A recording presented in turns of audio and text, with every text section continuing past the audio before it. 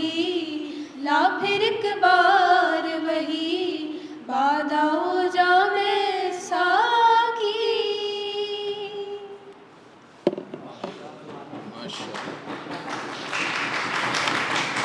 اتنا خوبصورت کلام پڑھا ہے، زوردار تالیاں ہونی چاہیے آپ کو۔ حضرات ذی وقار،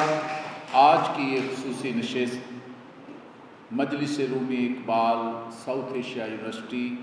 اقبال اکیڈمی اور ہمارے ہم نوا ہمدرد جو، اور ہمدرد ہمیشہ وہ ہوا کرتا ہے درد سے ہی مرد بنتا ہے، تو یقینی طور پر آج کی جو یہ نشست ہے وہ، چونکہ یہ مہینہ بھی محرم الحرام کا مہینہ ہے اور جو ہمیں قربانیوں کا درس دیتا ہے، حضرت علامہ محمد اقبال نے بہت ہی خوبصورت انداز میں فرمایا ہے کہ صدق خلیل بھی ہے عشق،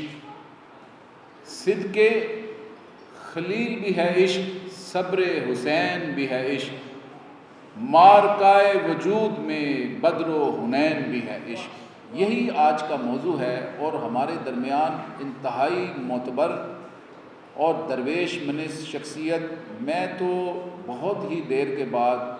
ہمارے دل کی آواز، میں تو بڑی ان کی تعظیم کرتا ہوں،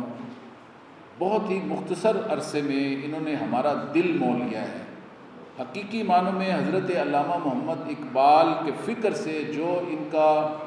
والہانہ پن ہے اور جو ان کا تعلق ہے، اس کو الفاظ میں بہرحال بیان کرنا انتہائی مشکل ہے، اور یقینی طور پر حضرت علامہ محمد اقبال کا جو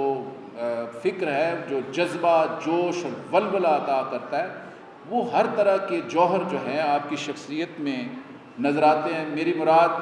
محترم المقام جناب عزت مآب ڈاکٹر عبد الرؤف رفیقی صاحب، آپ کی زوردار تالیوں میں